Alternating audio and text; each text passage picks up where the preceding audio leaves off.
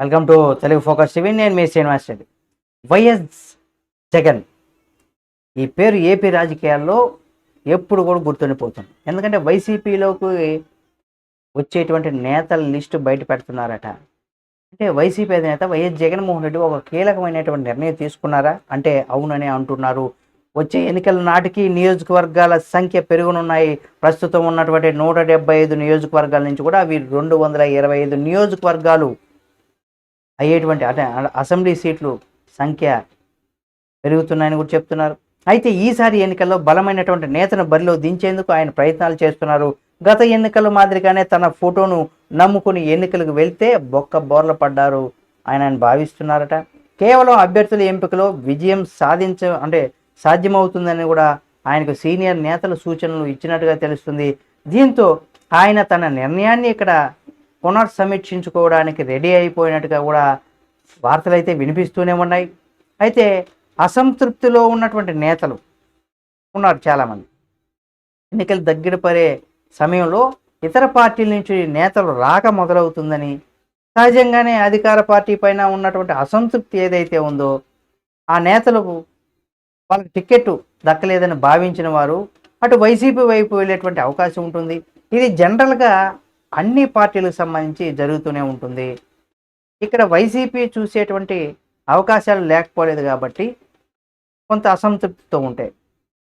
ఎందుకంటే ఆంధ్రప్రదేశ్లో టీడీపీ లేదా జనసేన లేకుంటే వైఎస్ఆర్సీపీ తప్ప మరో ప్రత్యామ్నాయం అంటే ఇక అంతో ఎంతో చెప్పుకోవాలంటే కాంగ్రెస్ పార్టీ ఉన్నప్పుడు కూడా అది చేరితే ఆ పార్టీలో చేరితే ఎవరు కొంత అటువంటి సాహసం చేయరు. ఎందుకంటే చేతులు కాల్చుకోవడానికి ఎవరు కూడా సిద్ధంగా ఉండరు అనేది కూడా వార్తలు అయితే వినిపిస్తూ ఉంటాయి. ఆ రకంగా ప్రజలు కూడా భావిస్తూ ఉంటారు.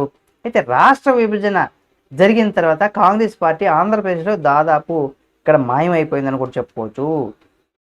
నేతలు కొద్దో గొప్ప ఉన్న ఆ పార్టీ సిద్ధాంతాలు నమ్మి ఉన్నవారు కొందరైతే కేంద్రంలో అధికారంలోకి వస్తే తమకు పదవులు వస్తాయని భావించే వారు మాత్రం కొనసాగుతూ ఉన్నారు. ఇతర పార్టీల నుంచి కూడా వచ్చేటువంటి అవకాశం లేదు. అందుకే టీడీపీ, జనసేన, కాంగ్రెస్ పార్టీల నుంచి కూడా వచ్చే వైసీపీ అంటే నేతలు వైసీపీలో చేర్చుకోవడానికి సిద్ధమవుతున్నారు అని తెలుస్తుంది. తన జిల్లాల పర్యటన స్థానిక నాయకత్వానికి కూడా ఈ మేరకు సంకేతాలు అందజేస్తున్నారట.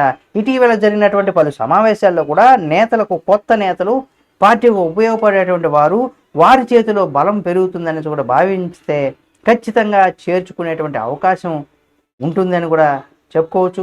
దాన్ని జగన్మోహన్ రెడ్డి గారు కూడా పరిశీలిస్తారని కూడా చెప్పుకోవచ్చు. అటువంటి నేతల జాబితాలు తయారు చేయాలని కూడా ఇటీవల జరిగినటువంటి రాష్ట్ర యోజన విభాగం నేతలతో కూడా సమావేశమైనటువంటి జగన్ ఇదే రకమైనటువంటి వ్యాఖ్యలు చేశారని సామాజిక వర్గం పరంగా కూడా చూస్తే బలమైనటువంటి నేతల వస్తే చేర్చుకోవడానికి సిద్ధమని కూడా ప్రకటించారు.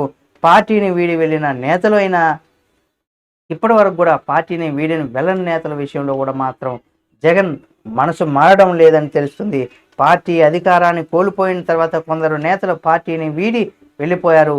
అనేక నియోజకవర్గాల్లో నేతలు తమ గతంలో ప్రాధాన్యతను ఇచ్చినప్పుడు కూడా వారు కష్టకాలంలో వదిలిసి వెళ్ళిపోవడంతో కొందరు సీనియర్లను మాత్రం వారిని కూడా చేర్చుకునే విషయంలో కొంత పునరాలోచించాలని కూడా సీనియర్ నేతలు కోరగా అందుకు జగన్ పెద్దగా ఆసక్తి చూపలేదని కూడా తెలుస్తుంది. అయితే పార్టీకి ఎవరైతే గుడ్ బై చెప్పేశారో వెళ్ళిపోయారు, అది ఎంత పెద్దవారైనా సరే, ఎంత బలవంతులైనా సరే, తన బంధువులైనా సరే తిరిగి తన వద్దకు తీసుకుని రావద్దని కూడా నేతలకు జగన్మోహన్ రెడ్డి గారు చెప్పినట్టుగా తెలుస్తుంది. అలా చేస్తే కార్యకర్తలకు కూడా తప్పుడు సంకేతాలు ఇచ్చినట్టు అవుతుందని కూడా ఇక్కడ జగన్మోహన్ రెడ్డి గారు అభిప్రాయాన్ని వ్యక్తం చేసినట్టుగా కూడా తెలుస్తుంది. మరి చూద్దాం ఇందులో ఎంత వాస్తవం ఉందనేది కూడా. ఈ వీడియో మీకు నచ్చితే లైక్ చేయండి. మరిన్ని వీడియోల కోసం మన Telugu focus TV channel subscribe చేసుకొని పక్కనే ఉన్న బెల్ బటన్ ఒకటి మాత్రం మర్చిపోకండి.